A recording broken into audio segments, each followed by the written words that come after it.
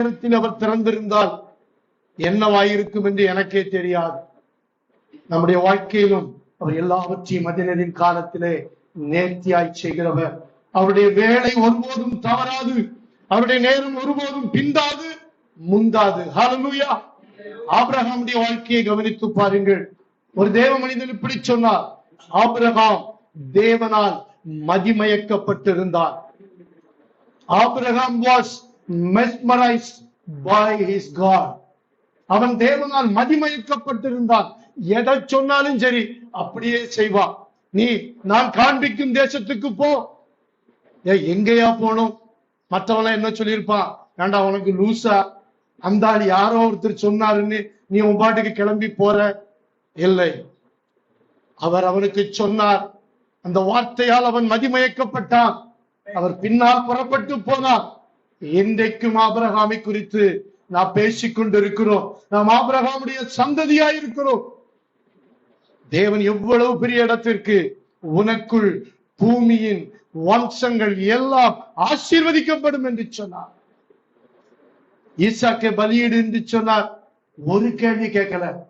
எப்படித்தான் சொன்னானோ தெரியல. உன் குமாரனை உன் இயேசு நீ போய் இப்படி பலியிடு என்று சொன்ன பொழுது விறக கட்டுனா, எல்லாரையும் கூப்பிட்டான், பையனை கூப்பிட்டு புறப்பட்டு போய்விட்டான். ஆபிரகாம் மதிமயக்கப்பட்டிருந்தார். தேவன் எதை சொன்னாரோ அவர் ஒருபோதும் தவறு செய்கிறவர் அல்ல. ஒருபோதும் என் வாழ்க்கையில் அவர் தீமை செய்ய மாட்டார் என்பதில் அவன் உறுதியாயிருந்தார். அதனால் தான் வேதம் சொல்கிறது, ஆபிரகாம் தேவனை விசுவாசித்தார், அதை அவர் அவனுக்கு நீதியாக எண்ணினார். நம்முடைய வாழ்க்கையிலே நாம் அவரை மேல் வைத்திருக்கிற அந்த விசுவாசம் தளர்கிற நேரங்கள் வரும், ஆட்டம் காணுகிற நேரங்கள் வரும். அங்கேதான் கர்த்தருடைய வார்த்தை நம்மை உயிர்ப்பிக்கும். ஹல்லேலூயா, ஹல்லேலூயா. தேவனே நீர் பெரியவர், பெரியவர். தேவனே நீர் நல்லவர், வல்லவர். தேவனே நீர் பரிசுத்தர், பரிசுத்தர். தேவனே நீர் வல்லவர், வல்லவர். வாக்கை நம்பி வந்து நிற்கிறோம். வல்ல ஆவி மாறி ஊற்றுமே, உங்க வாக்கை நம்பி வந்து நிற்கிறோம். வல்ல ஆவி மாறி ஊற்றுமே. மறுபடியும் தேவனே நீ பெரியவர், பெரியவர். தேவனே நீ பரிசுத்தர், பரிசுத்தர். தேவனே நீர் நல்லவர், நல்லவர். தேவனே நீர் வல்லவர், வல்லவர்.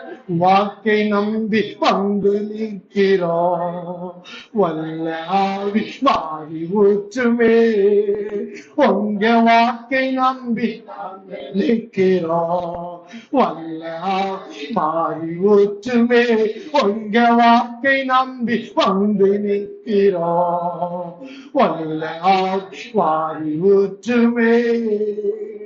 எங்களை நேசிக்கிற அன்பின் ஆண்டவரே, நன்றியுள்ள இதயத்தோடு எங்களை ரட்சித்தீர் ஆண்டவரே.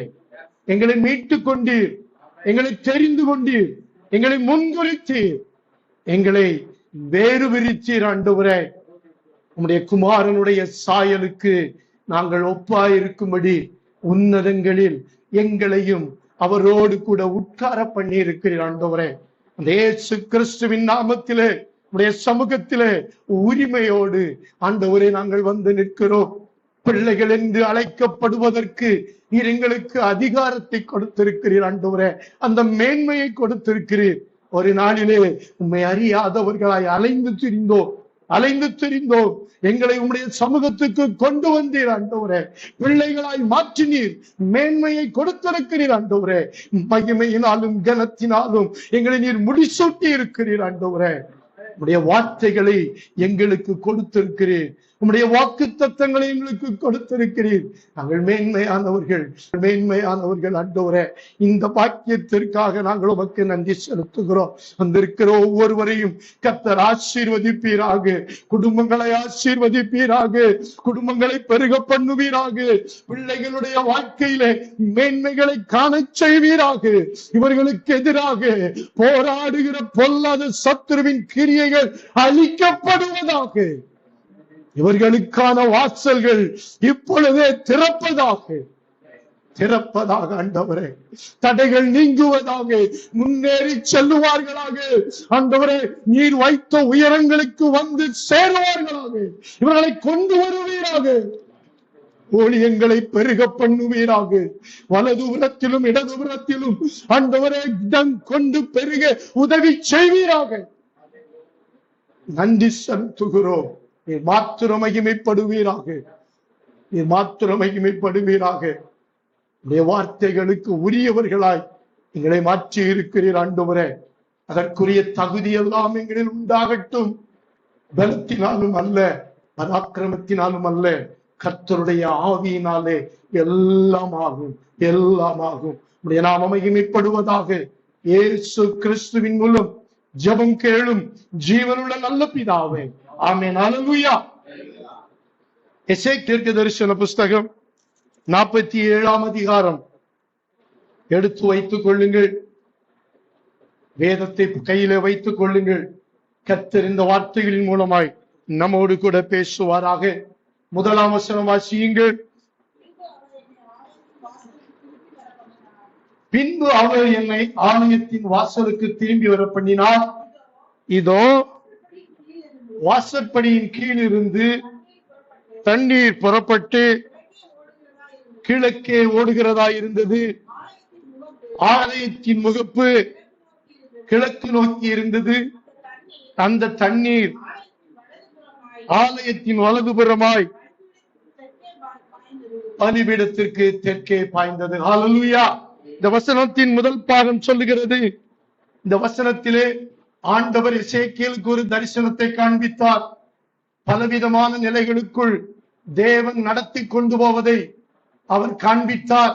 முதலாவது திரும்பி வர பண்ணினார், புறப்பட பண்ணினார், என்னை நடத்தி கொண்டு போனார் என்று பலவிதமான அனுபவங்களை தேவன் ஆண்டவர் எசேக்கியேல் தீர்க்கதரிசிக்கு தரிசனத்திலே காண்பித்தார். அருமையான தேவனுடைய பிள்ளைகளே, நம்முடைய வாழ்க்கை ஏதோ ரட்சிக்கப்பட்டு விட்டோம் என்று நின்று விடுகிற வாழ்க்கை அல்ல. நம்முடைய வாழ்க்கை கடந்து போகிற வாழ்க்கை. நாம் நம் இஷ்டத்திற்கு நடந்து போகிற வாழ்க்கை அல்ல.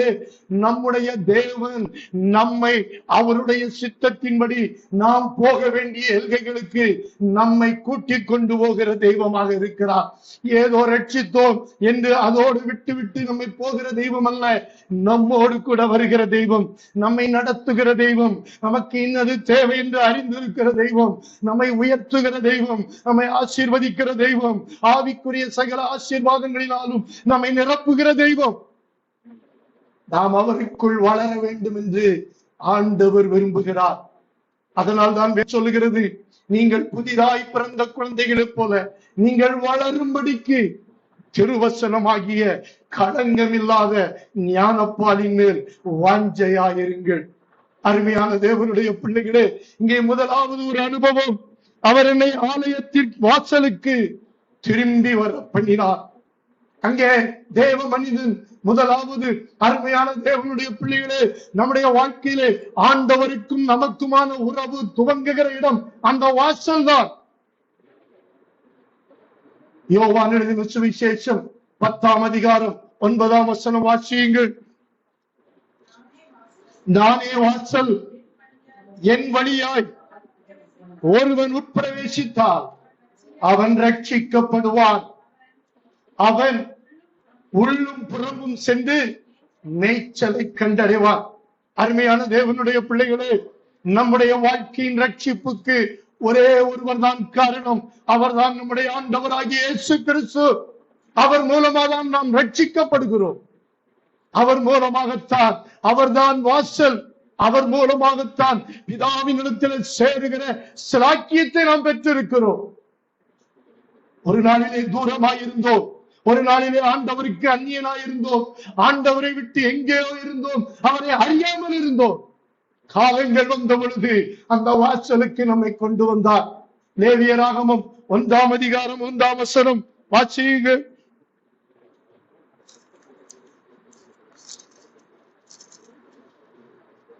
3 வசனத்திலே அந்த கடைசியை வாசியுங்கள். கர்த்தருடைய சந்நிதியில் தான் அங்கீகரிக்கப்படும்படி அதை அவன் ஆசரிப்பு கூடாரத்தின் வாசலுக்கு கொண்டு வந்து.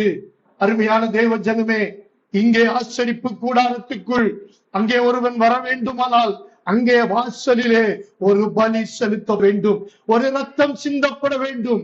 அந்த ரத்தம் ஆண்டவராகிய இயேசு கிறிஸ்துவின் ரத்தம் நமக்காக சிந்தப்பட்டது. அதனால்தான் நானே வாசல்.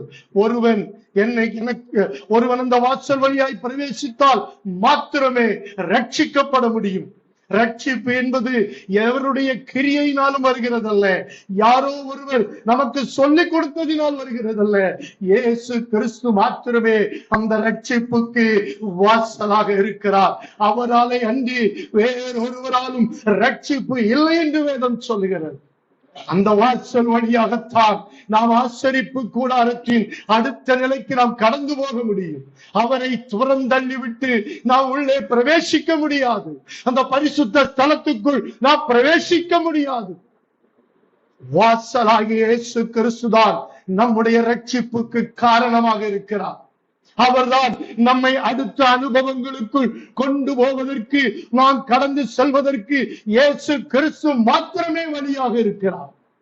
அந்த வழியாகத்தான் நாம் அடுத்த அனுபவங்களுக்குள் கடந்து போக முடியும். ஆசரிப்பு கூடாரத்தின் அடுத்த நிலைகள் அந்த மகா பரிசுத்த ஸ்தலத்திற்கும் நாம் போக முடியாது. ஆசாரியன் மாத்திரம் வருஷத்திற்கு ஒரு முறை போய் வந்து கொண்டிருந்த அந்த மகா பரிசுத்த ஸ்தலம் பிதாவாகிய தேவனுடைய சந்நிதிக்கு இயேசு கிறிஸ்துவினாலே நாம் போகும்படியான ஸ்லாக்கியம் நமக்கு கிடைத்திருக்கிறது. எவ்வளவு பெரிய மேன்மை! ஹல்லேலூயா, ஹல்லேலூயா. அதனால் தான் நாம் சொல்லுகிறோம், நாம் வேதம் சொல்லுகிறது, ரட்சிக்கப்பட்ட ஜனமே சொல்லுங்க, உனக்கு ஒப்பானவன் யார்? தேவாதி தேவனை தரிசிக்க, தேவாதி தேவனின் சந்நிதிக்கு போக, அந்த மகா பரிசுத்த ஸ்தலத்திற்குள் கிருபா சனத்தண்டைக்குள் தைரியமாய் பிரவேசிக்க இயேசு கிறிஸ்துவின் ரத்தத்தினாலே, வாசலாகிய இயேசு கிறிஸ்துவின் மூலமாய் அந்த தைரியத்தை, அந்த ஸ்லாக்கியத்தை நாம் பெற்றிருக்கிறோம். ரட்சிப்பை ஒருபோதும் நீங்கள் அசட்டை பண்ணி விடாதபடி நாம் ஜாக்கிரதையாயிருப்போம். ரட்சிப்பு விலையேறப்பட்டது. எவ்வளவு சொத்து வைத்திருக்கலாம், எவ்வளவு பணம் வைத்திருக்கலாம், இவைகள் அல்ல கணக்கீடு. நம்முடைய ரட்சிப்பு தான் மேலானது. ஹல்லேலூயா. ரட்சிப்பு தான் மிக மிக மிக முக்கியம். அதில் தான் நம்முடைய வாழ்க்கை ஆரம்பம். அங்குதான் ஆண்டவரோடு நம்முடைய நடை பயணத்தை துவங்குகிறோம். நம்முடைய பிரயாணம் துவங்குகிறது. அதோடு நின்று விடுகிற அனுபவம் அல்ல. அடுத்த அடுத்த அடுத்த நிலைகளுக்குள் தேவன் நம்மை கொண்டு போய் ஆசீர்வதிக்க விரும்புகிறார். He wants to bless us. அருமை தேவ ஜனமே, ஒன்றில் நின்று விடாதிருப்பீர்களாக. ஏதோ ஒரு நிலையிலே நின்று விடாதபடி தேவன் நடத்தி கொண்டு போகிற அவருடைய நடத்துதலுக்கு முற்றிலும் விட்டு கொடுத்து அர்ப்பணித்து அவர் நம்மை கொண்டு போய் எங்கேயோ தள்ளி விடுகிற தெய்வம் அல்ல. ஒருவேளை அவர் நடத்துவது புரியாமல் இருக்கலாம். புரிகிறதோ புரியவில்லையோ, அவர் சரியாகத்தான் நடத்துவார். ஆபிரகாமை தேவன் போய்ந்தார், வாழ்ந்தார், அவன் புறப்பட்டு விட்டான். அந்த வாழ்க்கை ஆசீர்வதிக்கப்பட்டது. இடையில் விட்டு விடுகிறவர் அல்ல. நம்முடைய தேவன் நம்மை நடத்துகிறவர், வாசலுக்கு கொண்டு வந்தவர். அதோடு அவனை நிறுத்திவிடவில்லை. எசேக்கியேல் 47 திரும்பியும் எடுத்துக் கொள்ளுங்கள்.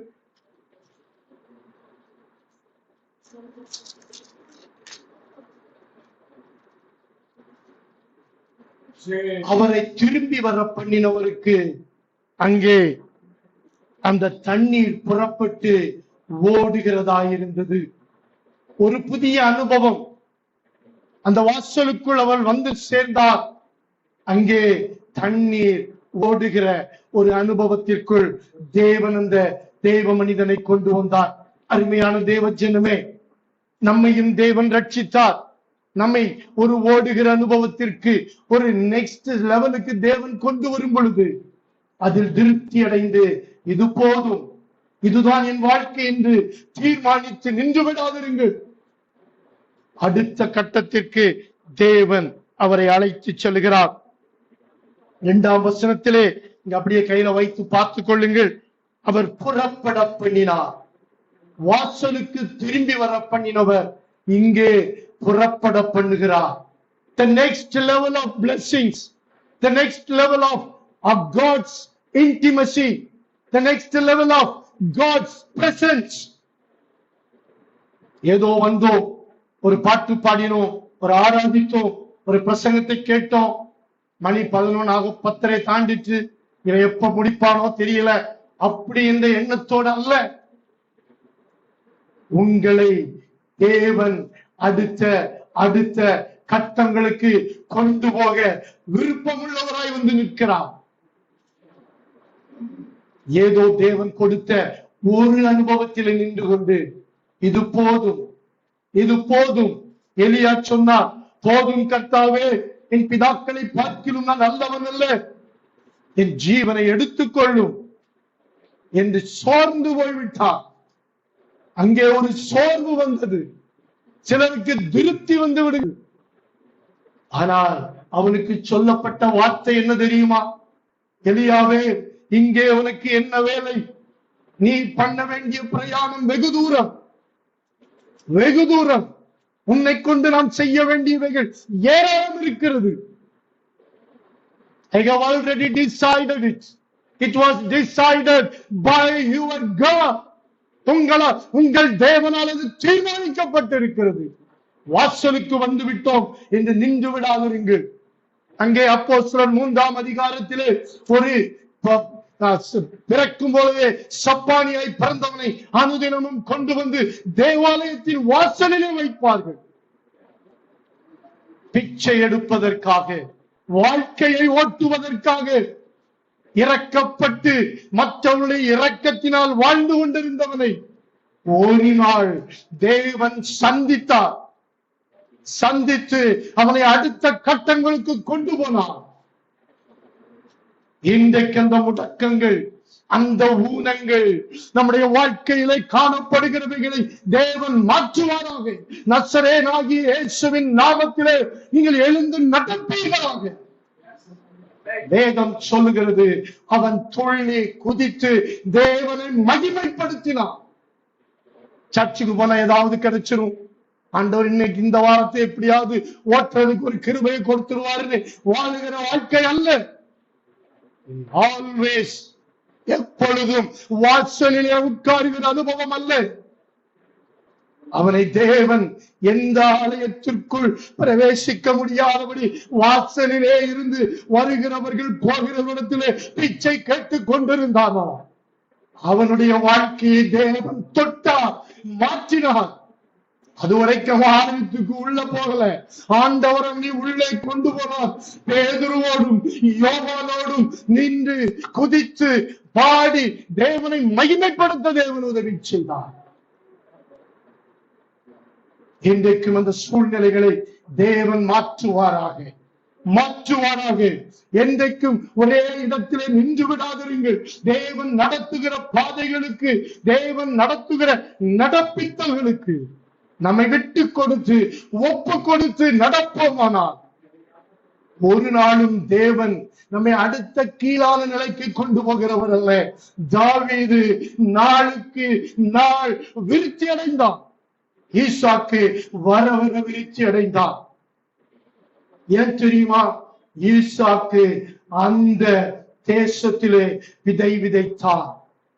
எந்த தேசத்தில தேவன் உங்களை வைத்திருக்கிறாரோ, எந்த இடத்தில் வைத்திருக்கிறாரோ அந்த இடத்திலே இருங்கள். be there. அந்த இடத்திலே நீங்கள் இருப்பீர்களானால், அந்த இடத்திலே தேவன் எங்கே விதைக்க சொல்லுகிறாரோ அங்கே நாம் விதைப்போமானா நாளுக்கு நாள் விருத்தி அடைந்தான். அவன் தன் சொந்தத்தில் ஒரு யோசனை உண்டானது.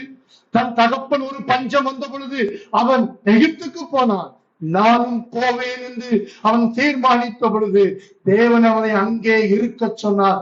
இருந்தால் பஞ்சத்திலே விதைத்தான், 100 மடங்கு பலனை அனுபவித்தான். நம்முடைய விருப்பங்கள் அல்ல, தேவனுடைய சித்தமே நம்முடைய வாழ்க்கையை உயரங்களுக்கு கொண்டு செல்லும். ஹல்லேலூயா, ஹல்லேலூயா, ஹல்லேலூயா. நம்முடைய தேவன் நல்லவர். இரவும் பகலும் நம்மை குறித்து யோசனையாய் இருக்கிறவர், நம்மை குறித்த கரிசனையாய் இருக்கிறவர், நம்மை விசாரிக்கிறவர். அங்கே அந்த தரிசனத்திலே ஒரு அடுத்த கட்டத்திற்கு தேவன் கடத்தி கொண்டு போகிறார். அவர் என்னை புறப்பட பண்ணினார். அங்கே தண்ணீர் பாய்கிறதாயிருந்தது. ஒரு ஓடுகிற அனுபவத்திலிருந்து பாய்கிற அனுபவத்திற்கு தேவன் கடத்தி கொண்டு போனார். தேவன் நடத்தி கொண்டு போனார். போய்கொண்டே இருங்கள். தேவன் நடத்துகிற பாதைகளை மாத்திரம் தேவன் எப்படி பேசுவார், எப்பொழுது பேசுவார், யாரை கொண்டு பேசுவார், எந்த நேரத்தில் பேசுவார் நமக்கு தெரியாது. இவரை கொண்டுதான் தேவன் பேசுவார், இவரை கொண்டெல்லாம் பேச மாட்டார் என்று யாரையும் ஒரு நாளும் ஒருபோதும் அற்பமா எண்ணிவிடக் கூட. எப்படி வேண்டுமானாலும் தேவன் பேசுவார், தேவன் நடத்துவார். அவர் நம்முடைய தேவன், அவர் நம்முடைய தகப்பன். அடுத்த கட்டங்களுக்கு தேவன் அவரை நடத்தி கொண்டு போறார். அங்கே ஓடிக்கொண்டிருந்த தண்ணீர் புறப்படுகிற அளவுக்கு ஆசீர்வாதங்கள் பெருக ஆரம்பித்தது. அடுத்த ஒரு கட்டம், மூன்றாவது தேவன் அந்த மூன்றாவது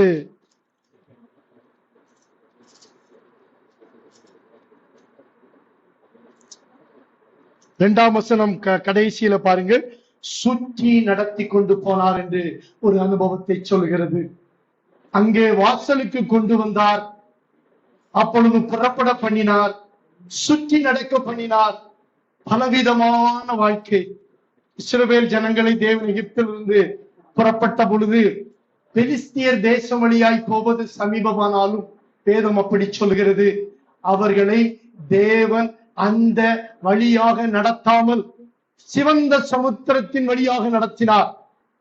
புரியவில்லைதான். வந்து நின்ற பொழுது முன்னே இருந்தது சிவந்த சமுத்திரம், கடந்து போவதற்கு வழி இல்லை. ஏன் தேவன் இப்படி தவறாய் நடத்தி விட்டார்? அப்படி போனா ஷார்ட்கட்டா போயிருக்கலாமே.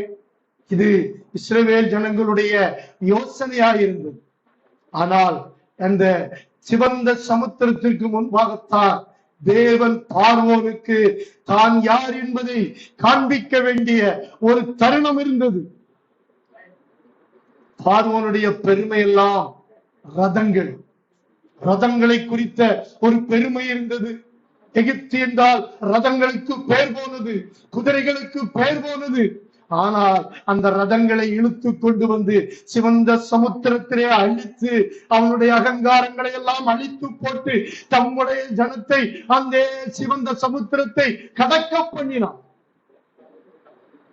அவர்கள் பலம் உள்ளவர்கள், இவர்கள் பலம் இல்லாதவர்கள். அவர்கள் போர் வீரர்கள், இவர்கள் அடிமைகளாய் இருந்தவர்கள். போர் வீரர்களால் முடியாததை அவர்கள் சுயபலத்தால் கடந்தார்கள், இவர்கள் தேவபலத்தால் கடந்து போனார்கள். ஹல்லேலூயா. மகிமையாய் வெற்றி சிறந்தார் என்று மிரியாமும் இஸ்ரவேல் ஜனங்களும் பாடினார்கள். உங்களையும் என்னையும் தேவன் பாட வைப்பார். சிவந்த சமுத்திரமாய் இருந்தால் என்ன, எதுவாய் இருந்தால் என்ன, அவர் கடக்க பண்ணுவார். அவர் சுற்றி நடக்க பண்ணினால் நீங்கள் அவரை பின்பற்றி போய்விடுங்கள். நாம் அவரை பின்பற்றுவோமாக. அவர் நடத்துகிற பாதைகள் எல்லாம் சரியான பாதைகள். ஒரு நாளும் அதுல தவறு வரவே வராது, வர முடியாது. ஏனென்றால் அவர் சிருஷ்டிகர்த்தர், அவர் கிரியேட்டர். அதில் தவறு வரவே வராது. நிக்கிறது சிவந்த சமுத்திரமா இருந்தாலும் அமைதலா இருப்போம். நம்மிடத்தில் அவர் அதிகாரத்தை கொடுத்திருக்கிறார். மோசேக்கு அவர் சொன்ன வார்த்தை, என்னிடத்தில் முறையிடுகிறது என்ன? உன்னை ஏற்கனவே நான் அபிஷேகம் பண்ணி விட்டேன், உன்னிடத்தில் ஒரு கோலை கொடுத்திருக்கிறேன், நீ இந்த சமுத்திரத்தை பிளந்து விடு. மோசே கோலை நீட்டின பொழுது அந்த சமுத்திரம் இஸ்ரவேல் ஜனங்களுக்கு வழிவிட்டது. நம்மையும் தேவன் நடத்துகிற பாதைகள் வழியாய் நாம் கடந்து போகிற பொழுது அடுத்த லெவல் ஆஃப் பிளஸிங்ஸ் உள்ள தேவன் நம்மை கொண்டு போக வல்லவராக இருக்கிறார். அவர் முன்னால இழுக்க, நம்ம பின்னால இழுக்க, இல்லாண்டவரை இப்படி இல்லாண்டவரை அப்படி அல்லாண்டு, அப்படி அல்லன்னு சொன்னது ஒரே ஒருத்தர் தான், லோத்து. ஆதி ஆகமத்தில் சொல்லப்பட்டிருக்கிறது. அப்படி எல்லாம் ஆண்டவரே, அந்த மலைக்கு போறது ஆண்டவருக்கே விளக்க உரை கொடுத்து கடைசியில மாட்டி சிக்கி சின்ன பின்னமாகி சீரழிந்து போன வாழ்க்கை. அந்த மலைக்கு போன ஆண்டவர் சொன்னார், இல்ல ஆண்டவரே, பக்கத்துல ஒரு ஊர் இருக்கு, இந்த ஊருக்கு பஸ் இருக்கு, இந்த ஊர் பஸ்ஸுக்கு போனா நாங்க டிக்கெட் ரிசர்வ் பண்ணி போயிருவோம், பெர்த் கிடைக்கும். என்ன விளக்கம் ஆண்டவருக்கு? ஒருபோதும் ஆண்டவருக்கு நாம் விளக்கம் கொடுக்காது இருப்போம். அவர் சொன்ன போயிட வேண்டிதான். என்ன நடந்துச்சு? மனைவி பின்னிட்டு திரும்பி உப்பு தூணானார். லோத்தினுடைய வாழ்க்கை மகா கேவலமாய் முடிந்து விட்டது. எவ்வளவு பெரிய ஆபத்திலிருந்து மீட்டு அந்த சோதோம் கொமோரா பட்டணத்திலிருந்து அவனை விடுவித்து தேவன், நீ ஓடிப்போ, சமபூமி எங்கும் நில்லாது, மலைக்கு போ என்று சொன்னார். ஆனா இவன் சமபூமியை தெரிந்தெடுத்தான். அந்த ஊர் இருக்கிறது, அங்க போட்டு ஆண்டவரே, நீ ஓடுறதுக்கு போறதுக்கு பலம் தர்றது ஆண்டவர் அல்லவா? ஓம் பலத்திலையா அந்த மலைக்கு போன்னு சொன்னாரு. அங்கேயே தாமதம் பண்ணி கொண்டிருந்தான். அவன் தாமதித்து கொண்டிருக்கையில் ஆண்டவர் கையை பிடிச்சு இழுத்து அங்கேயே விட்டுட்டு வந்திருக்கலாம். நம்மள மாதிரி கையை பிடிச்சு இழுத்து கொண்டு அப்பவும் ஆண்டவர்கிட்ட உட்கார்ந்து, ஆண்டவரே, இந்த மலை அவ்வளவு உயரம், அது நான் இதுல படிச்சேன், கூகுள்ல போய் பார்த்தேன், அது இத்தனை ஹைட்டா இருக்கு, அதுல இத்தனை ஹேர்பின் பண்ட் இருக்கு, இதுலெல்லாம் நான் ஏற முடியாது, ஏற்கனவே எனக்கு கொஞ்சம் முட்டு வலி, உங்களுக்கு தான் தெரியும், ஏத்தத்துல ஏறினா எனக்கு இழைப்பு வந்துடும். இவ்வளவு அவர்கிட்ட உட்காந்து பேசி கடைசியில பார்த்தாரு, போப்பா நீ எங்கேயோ போ, நீ எப்படி இதை விட்டு காலியானா சரிதான்னு அவன் அந்த இதை அனுமதிச்சுட்டார். அவன் ஒய்ஃபு அவன் இதயம் வெளியவே வரல, சோதோம விட்டு திரும்பி பார்த்துக்கிட்டே வர, ஐயோ ஐயோ உப்பு தூணானால். அதான் பின்னால் எழுதப்பட்ட லோத்தின் மனைவியை நினைத்துக் கொள்ளுங்கள்.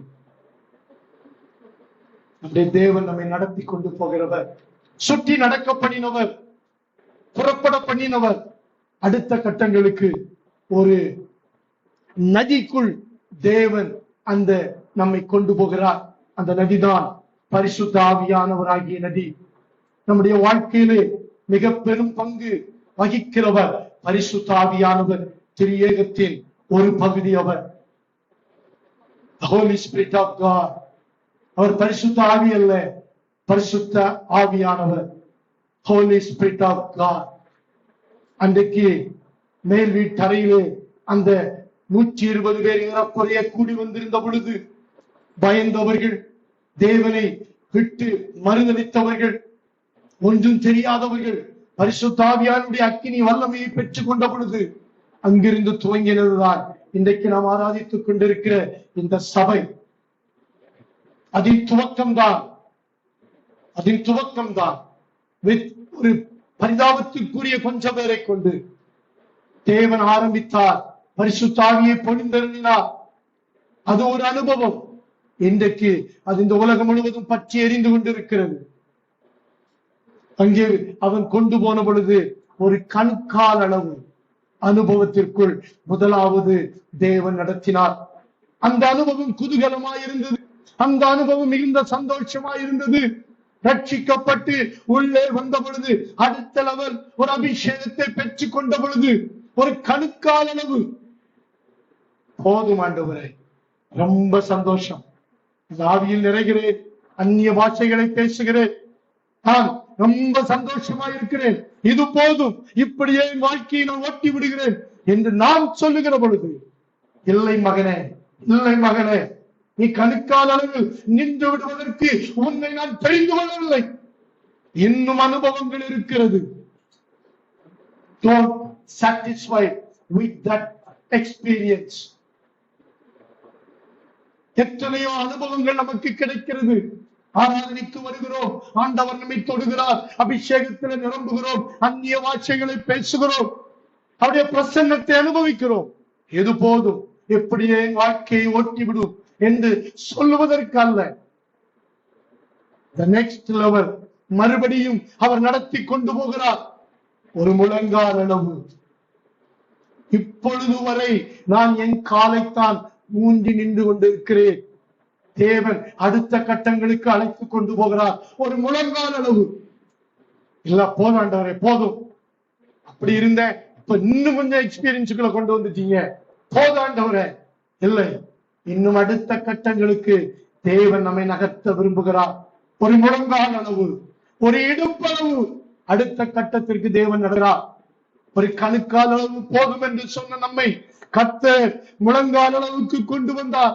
முழங்கால் அளவுக்கு கொண்டு வந்த நம்மை இடுப்பளவுக்கு கொண்டு வர விரும்புகிறார். இப்பொழுதும் நான் என் கால் ஊன்றி தான் நின்று கொண்டிருக்கிறேன். இன்னும் என் சுயம் எனக்குள் அளிக்கப்படவில்லை. இன்னும் நான் என் விருப்பத்தை நிறைவேற்றுகிறவனாகத்தான் இருந்து கொண்டிருக்கிறேன். எப்பொழுதும் இடுப்பளவில் நிற்கும் பொழுதும் என் கால் தரையில் ஊன்றித்தான் இருக்கிறது. போதும் ஆண்டவரே என்று சொன்ன பொழுது ஆண்டவர் திரும்பவும் அவனை அந்த அடுத்த கட்டங்களுக்கு தேவன் அழைத்துக் கொண்டு போகிறார். 5ஆம் வசனம் வாசியுங்கள். பின்னும் அவர் 1000 முழம் அளந்தார்.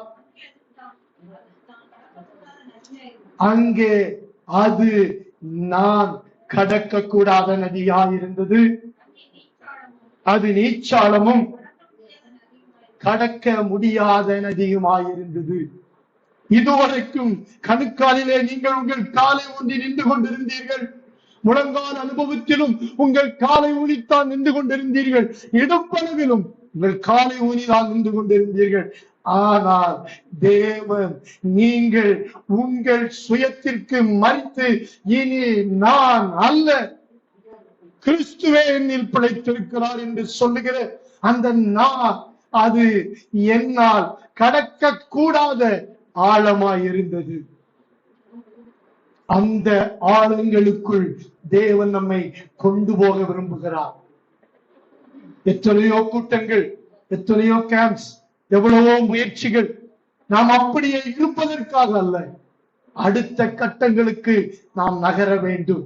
அடுத்த கட்டங்களுக்கு தேவன் நடத்தி கொண்டு போகும் பொழுது விட்டு கொடுத்து போய்விட வேண்டும். ஆனால் அந்த நீச்சல் ஆழங்களுக்குள் செல்லும் பொழுது அங்கே கால் தரையிலே ஊன்றாது. அங்கே நம்முடைய பலம் எல்லாம் போய்விடும், நம்முடைய பலம் எல்லாம் முடிந்து போய்விடும். அங்கே நாம் நிற்பது அவருடைய பலத்தினால் மாத்திரமே. இதுதான் மேன்மையான வாழ்க்கை, இதுதான் ஆசீர்வதிக்கப்பட்ட வாழ்க்கை, இதுதான் உயர்வான ஒரு வாழ்க்கை. தேவன் நம்மையும் நம்முடைய குடும்பங்களையும் நம்முடைய சபையையும் அப்படிப்பட்ட ஆழங்களுக்குள் கொண்டு போக விரும்புகிறார். அதற்காகத்தான் தேவன் ஊழியர்களை தந்திருக்கிறார். ஊழியர்களின் வார்த்தைகள் சாதாரணமானவைகள் அல்ல, அவைகள் தேவனுடைய வார்த்தைகள். அவைகள் தான் நம்மை அடுத்த அடுத்த அடுத்த அபிஷேகத்தின் எல்கைகளுக்குள் கொண்டு போகும். ஏதோ கணுக்கால் அளவிலே கிடைத்த அனுபவத்தோடு நின்றுவிட்டு அதே அந்த அளவு ஆசீர்வாதத்தோடு வாழ்க்கையை முடிப்பதற்கு அல்ல. முழங்கால் அளவு நின்று விடாதிருங்கள், இடுப்பளவு போகும் என்று சொல்லிவிடாதிருங்கள். நீச்சல் ஆழங்களுக்குள் போகும் பொழுதுதான், நீச்சல் ஆழங்களுக்கு பிறகுதான் தேவன் அவனை கரம் பிடித்து அடுத்த 6ஆம் வசனம் சொல்லுகிறது, இதை கண்டாயா என்று சொல்லி நதியோரத்திலே தேவன் நடக்க பண்ணினார். வாசலுக்கு திரும்பி வர பண்ணினவர், நம்மை ரட்சித்தவர், நம்மை அடுத்த அடுத்த கட்டங்களுக்கு நம்மை நடத்தி கொண்டு போகிறவர். நதியோரத்திலே அந்த பரிசுத்த ஆவியானவராகிய நதி எங்கெல்லாம் பாய்கிறதோ அதன் ஆசீர்வாதங்கள் அங்கே சொல்லப்பட்டிருக்கிறது. பின்வரும் வசனங்களை நீங்கள் வாசிப்பீர்களானால் அதன் ஆசீர்வாதங்கள் சொல்லப்பட்டிருக்கிறது. ஏதேன் தோட்டத்தை தேவன் உண்டாக்கினார். அதை பராமரிக்கும்படி ஆதாமிடத்தில் தேவன் ஒப்புக் கொடுத்தார். அந்த தோட்டத்தை வளமாக்கும்படி 2ஆம் அதிகாரத்தில் சொல்லப்பட்டிருக்கிறது. தேவன் அந்த தோட்டத்தை வளமாக்கும்படி, அந்த தோட்டத்தை தேவன் ஆசீர்வதிக்கும்படி ஒரு நதியை தேவன் அங்கே உண்டாக்கினார். நம்முடைய வாழ்க்கை ஆசீர்வதிக்கப்படுவதற்கு பரிசுத்த ஆவியானவராகிய நதி நமக்குள் பாய வேண்டும், நம்மிலிருந்து பாய வேண்டும். நம்மிலிருந்து மற்றவர்களுக்கு ஆசீர்வாதங்கள் கடந்து போக வேண்டும். நம்மிலிருந்து அநேகர் ஆசீர்வதிக்கப்பட வேண்டும். உனக்குள் பூமியின் வம்சங்கள் எல்லாம் ஆசீர்வதிக்கப்படும். நம்மை ஆசீர்வதித்தவர் நாம் மட்டும் ஆசீர்வாதமாய் இருப்பதற்கு அல்ல, நாம் ஆசீர்வாதமாய் இருப்பதற்கு மற்றவர்களுக்கு நம்மை அழைத்திருக்கிறார். அதற்காகத்தான் நம்மை பல அனுபவங்களுக்குள் கொண்டு போகிறார். அதற்காகத்தான் நம்மை அநேகருக்கு ஆசீர்வாதமாய் வைப்பதற்காகத்தான் அநேகங்களை கற்றுக் கொடுக்கிறார். உன் வாயை விரிவாய்த்தர நான் அதை நிரப்புவேன். நாவினால் அவர் புகழப்பட்டார். என் நாவு விரைவாய் எழுதுகிறவனுடைய எழுத்தான். தேவன் நம்மை நிரப்ப விரும்புகிறார். நம்முடைய சுயம் எல்லாம் செத்து அவருடைய சித்தம் மாத்திரமே எல்லாம் என்கிற நீச்சல் ஆழங்களுக்குள் நம்மை கொண்டு போக விரும்புகிறார். எதற்காக? உங்களையும் என்னையும் ஆசீர்வதிக்க தேவன் விரும்புகிறார். உங்களை என்னையும் அடுத்த கட்டங்களுக்குள் கொண்டு போக விரும்புகிறார். அடுத்த உயரங்களுக்கு கொண்டு போக விரும்புகிறார். இஸ்ரவேலை ஆசீர்வதிப்பதே கர்த்தருக்கு பிரியம். அருமையான தேவனுடைய பிள்ளைகளை, ஏதோ நீங்கள் பெற்றுக்கொண்ட ஒரு அனுபவத்தை மாத்திரம் போதும் என்று, இதுதான் வாழ்க்கை, இதுதான் அனுபவம் என்று நின்று விடாதிருங்கள். தேவன் நடத்தி கொண்டு போகிற எல்லா பாதைகளுக்குள்ளும் நாம் கடந்து செல்வோமானால் மிகப்பெரிய ஆசீர்வாதங்களை சுதந்திரித்துக் கொள்வோம் என்பது நிச்சயம். அவர் 1000 முழம் அளந்து, அதில் பாத்தீங்கன்னா 1000 முழம் அளந்து 1000 முழம் அளந்து, அவருக்கு தெரியும் நம்மளை எவ்வளவு தூரம் அளந்து கொண்டு போக வேண்டும் என்று. நீங்களும் நானும் போடுகிற மெஷர்மெண்ட் அல்ல, அளவுகள் அல்ல. நம்முடைய வாழ்க்கை, நம்முடைய வாழ்க்கைக்கான வரைபடம் அவர் கரத்தில் இருக்கிறது. அவருக்கு தெரியும் அடுத்தது எத்தனை முழம் அளக்கணும்னு, அடுத்தது எத்தனை முழம் கொண்டு போகணும்னு அவருக்கு தெரியும். ஆபிரகாம் ஊர் என்கிற கல்தேயர் தேசத்தை விட்டு புறப்பட்டு ஆரானிலே வந்து இருந்து விட்டார். ஆரான் தேவன் அழைத்த இடம் அல்ல, ஆரான் தேவன் அவனை கொண்டு வந்த இடம் அல்ல. கானான் தான் தேவன் வாக்குத்தத்தம் பண்ணின இடம். ஆரானிலே இருந்து விடாதிருங்கள். வாக்குத்தத்தம் பண்ணப்பட்ட ஆசீர்வாதங்களை நாம் சுதந்திரிக்கும்படிக்கு தேவன் கொண்டு போகிற எல்கைகளுக்குள் நாம் கடந்து செல்ல கர்த்தர் நமக்கு உதவி செய்வாராக. எல்லாரும் எழுப்பி நிற்போம். ஹல்லேலூயா.